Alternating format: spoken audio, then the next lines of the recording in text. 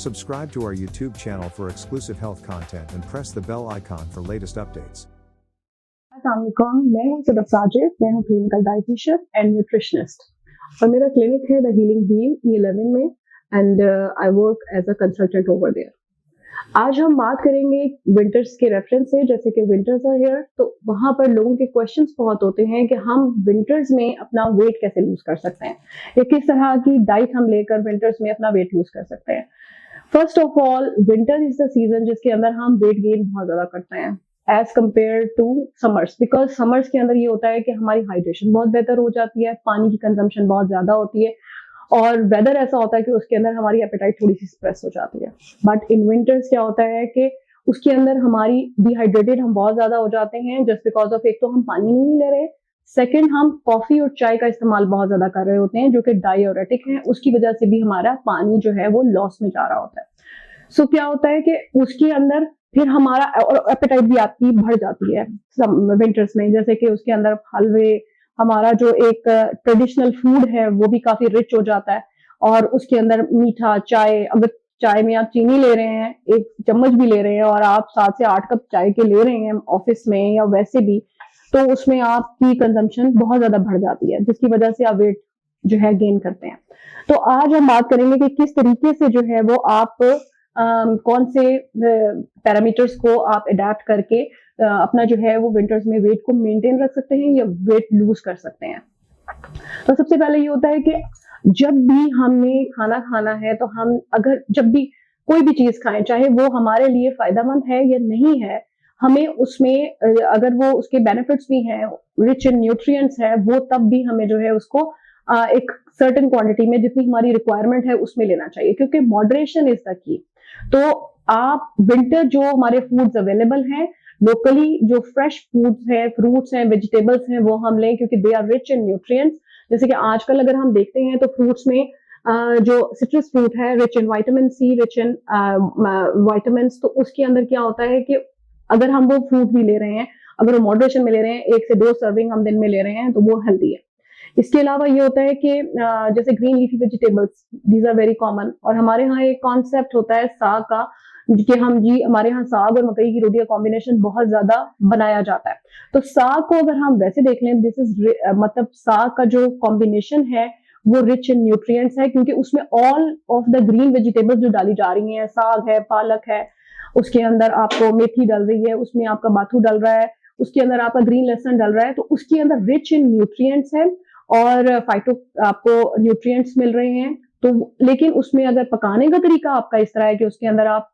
Bad quality of oil या फिर oil बहुत ज्यादा आप कंज्यूम कर रहे हैं, तो वो ऑब्वियसली फिर उसमें कैलोरीज बहुत ज्यादा हो जाएंगी। अदरवाइज साग मकई की रोटी, दिस इज द कॉम्बिनेशन जो बहुत हेल्दी है, लेकिन अगेन उसको हम मॉडरेशन में लेंगे, ये नहीं होगा कि हमने वो बहुत ज्यादा क्वांटिटी में लेना है। इसके अलावा हमारे पास जो दूसरी वेजिटेबल्स हैं जैसे कि कैप्सिकम है, गाजर है, पीस है, इस तरह की जो different variety of colours available है, दीज और कलरफुल जो वेजिटेबल्स हैं वो हमारे लिए जो है न्यूट्रिएंट रिच हैं। तो एक तो हमने जो फ्रूट्स और वेजिटेबल्स लेने हैं वो लोकल जो फ्रेश फ्रूट्स हैं वो लेने हैं। सेकेंडली फिर अब नट्स एंड सीड्स की बात आ जाती है। अब लोगों का मिसकॉन्सेप्शन ये है कि नट्स एंड सीड्स अगर हमने लेने हैं दे आर हेल्दी, बट अगर हम बैठे हैं तो 1 से 2 किलो जो है वो भी हम पीनट्स ले लेंगे। So what is the reason behind कि वो हेल्दी बहुत है, और लेकिन उसमें क्या होता है कि जब हम उसकी क्वांटिटी ओवरडोजेज कर देंगे तो ऑब्वियसली उसमें जो है वो हमारे फायदा देने की बजाय नुकसान होगा और उसमें फिर हम वेट गेन करेंगे। तो उसमें ये होता है कि एक सिंपल सा रूल है कि 1 डे के लिए आपको एक टाइम में जो नट्स और सीड्स चाहिए होते हैं वो handful of nuts and seeds चाहिए होते हैं, क्योंकि जो एक आपकी टाइम की रिक्वायरमेंट है, जितने आपकी मुट्ठी में आते हैं नट्स एंड सीड्स उतने ही आपने कंज्यूम करने हैं। और नट्स एंड सीड्स को कंज्यूम करने का सबसे बेहतरीन टाइम जो है वो, जो मैं हमेशा, मेरा भी एक्सपीरियंस रहा है और मैं अपने क्लाइंट्स को भी बताती हूँ कि वो अर्ली मॉर्निंग है। अर्ली मॉर्निंग आप ओवरनाइट आप ये अपने नट्स और सीड्स को सोक कर लेंगे, जो भी आपके घर में अवेलेबल हैं, जिसमें वॉलनट्स आ सकते हैं, 1 से 2 वॉलनट्स हो गए, 6 से 7 बादाम हो गए, उसके साथ आप कैशू नट्स ले सकते हैं। अगर आप वेट रिड्यूस कर रहे हैं तो कैशू नट्स आप उसमें नहीं लेंगे, रेजन्स 3 से 4 हो जाएंगे। इसके अलावा 2 फिग्स हो जाएंगी और साथ आप कोई भी सीड्स ऐड ऑन कर सकते हैं जो आपके पास अवेलेबल है। ये सब आप जो आप उसको ओवरनाइट इसको सोक करके पानी उसका गिरा दें सुबह के टाइम, और अर्ली मॉर्निंग ये आपकी एक अर्ली मील की तरह यूज करेंगे। तो अगर आप ये कंज्यूम करते हैं तो इसके अंदर क्या होता है कि फाइटिक एसिड की लेयर है जो हमारी बॉडी में जो न्यूट्रिएंट्स है उनकी एब्जॉर्प्शन नहीं होने देती। तो वो इस सोकिंग प्रोसेस से क्या होगा कि वो फैटिक एसिड की लेयर रिमूव हो जाती है और वो हिंडर नहीं करता, और हमारी जो उसकी एब्जॉर्प्शन है, जो उसके अंदर वाइटामिन हैं, मिनरल्स हैं, वो सब हमारी बॉडी में एब्जॉर्ब होते हैं। तो आप खुद भी ऑब्जर्व करेंगे, अगर आप ये प्रैक्टिस अपनी स्टार्ट कर दें तो उसके अंदर क्या होगा कि 1 से 2 महीने के बाद यू विल रियलाइज कि आपकी जो स्किन क्वालिटी है, आपकी हेयर क्वालिटी है, वो बहुत बेहतर होना शुरू हो जाएगी, क्योंकि these seeds and nuts are rich in copper, zinc, calcium, और अगर आपने उसमें सेलेनियम, तो ये जो सारे माइक्रो न्यूट्रिएंट्स हैं वो उसके अंदर आ जाते हैं, जो कि हमारे इन जो डाइजेशन में भी बहुत हेल्प करते हैं, क्योंकि रिच इन फाइबर है। उसके बाद ये है कि अगर हम देखते हैं कि hydration is the main thing जिसके अंदर हम कहते हैं कि जिसको हम मिस कर देते हैं विंटर्स में। हाइड्रेशन को बेहतर करने के लिए एक सिंपल सी टिप है कि जो आपकी बॉडी की रिक्वायरमेंट है according to your weight, body weight के हिसाब से उसमें आप उतना पानी लेंगे, और उस पानी को लेने का तरीका ये होता है कि आप एज अ रिमाइंडर या तो हर खाने से पहले तकरीबन 30 मिनट्स पहले, अगर आप 6 स्मॉल फ्रीक्वेंट मील ले रहे हैं तो 1 ग्लास ले रहे हैं अगर आप हर खाने से पहले, तो उसमें ये होगा कि आप 6 ग्लास तो इस तरह से कंज्यूम कर लेंगे। सो के उठने के फौरन बाद अगर आप एक वार्म वाटर ले रहे हैं, 1 ग्लास वार्म वाटर ले रहे हैं, तो वो भी आपका उसके अंदर वाटर इनटेक के अंदर आ जाएगा। फिर चाय या कॉफी आ रही है तो वो भी वाटर इनटेक में आ जाएगी। तो इस तरह से आपके तकरीबन 8 से 10 ग्लास तक पानी बन जाता है, जो आपकी एक यूजुअली एक हमारी रिक्वायरमेंट होती है। तो बेसिकली अपनी हम कुछ इस तरह से भी कर सकते हैं। या सेकेंड टिप, या जो बहुत ज्यादा खुद प्रैक्टिकली भी हेल्पफुल है बहुत ज्यादा,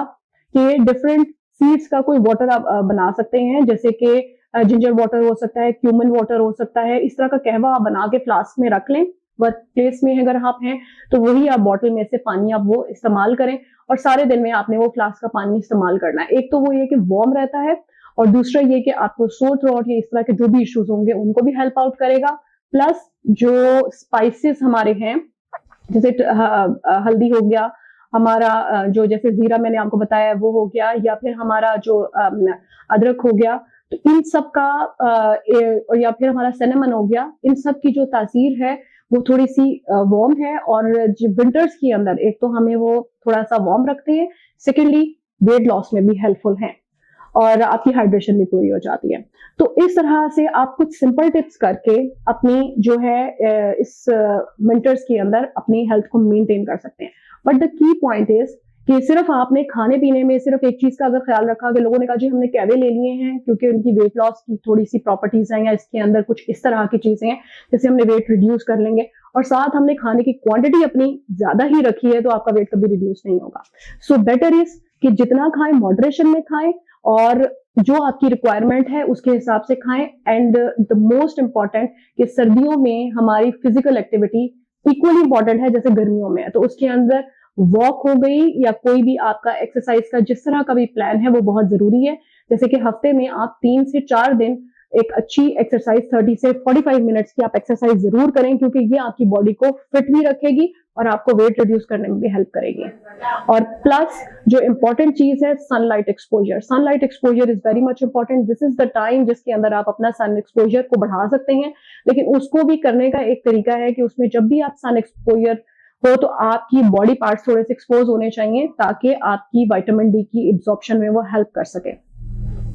सो दीज आर द टिप्स जिसके अंदर आप अपने वेट को मेंटेन कर सकते हैं या वेट रिड्यूस कर सकते हैं।